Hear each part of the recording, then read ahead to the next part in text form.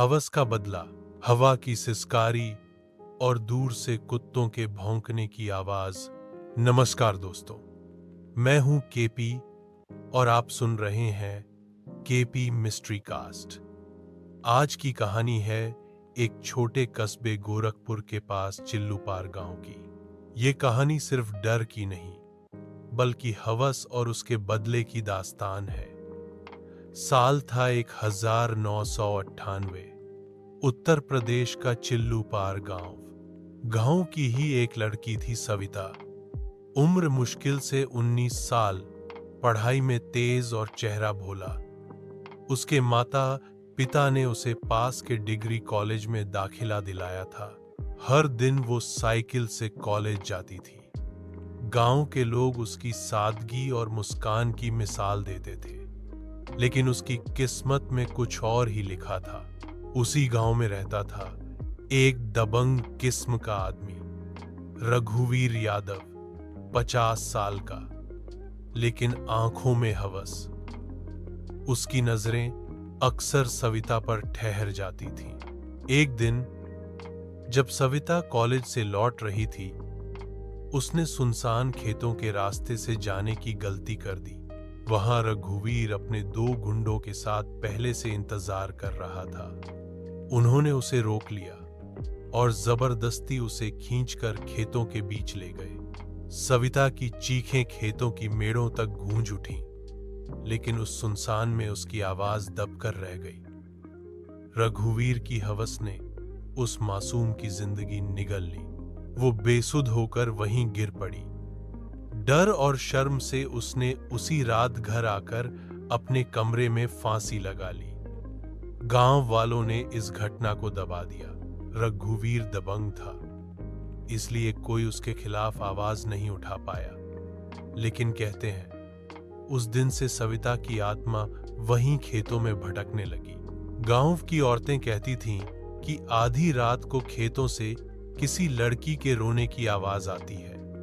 कभी उसकी साइकिल की घंटी बजने की धुन सुनाई देती, और कभी सफेद कपड़ों में एक परछाई खेतों की मेड़ों पर बैठी नजर आती। कुछ महीनों बाद एक रात रघुवीर देर से शराब पीकर घर लौट रहा था। गांव के उसी खेत के रास्ते से उसने साइकिल धकेलते हुए जाना तय किया। रात के करीब 12 बजे अचानक उसकी साइकिल अपने आप रुक गई। रघुवीर ने देखा, सामने वही सविता खड़ी थी। सफेद साड़ी, बिखरे बाल और गले में वही फांसी का फंदा। उसकी आंखों से खून के आंसू बह रहे थे। रघुवीर नशे में था। पहले तो उसने सोचा ये उसका भ्रम है, लेकिन सविता धीरे धीरे उसकी तरफ बढ़ी।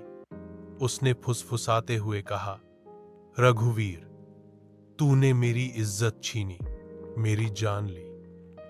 अब मैं तेरा खून लूंगी। और अगले ही पल रघुवीर चीखने लगा। गांव वालों ने अगले दिन खेतों में उसका शव लटका पाया, उसी पेड़ पर जहां सविता ने जान दी थी। उसके गले में रस्सी का फंदा था और चेहरे पर डर की ऐसी झलक जैसे उसने मौत से पहले सविता की आत्मा देखी हो। गांव वालों का कहना है कि उस दिन के बाद से रात को कोई भी उस खेत से नहीं गुजरता। कई लोगों ने सफेद कपड़ों में सविता को खेतों में घूमते देखा है। किसी को उसके रोने की आवाज सुनाई देती है, तो किसी को उसकी परछाई साथ चलती महसूस होती है। दोस्तों, ये कहानी सिर्फ एक डरावनी दास्तान नहीं, बल्कि एक सबक भी है। हवस इंसान को जानवर बना देती है, और जब इंसाफ इंसानों से नहीं मिलता, तो शायद आत्माएं खुद न्याय करने लौट आती हैं। तो दोस्तों, ये थी चिल्लूपार गांव की हवस और बदले की सच्ची दास्तान।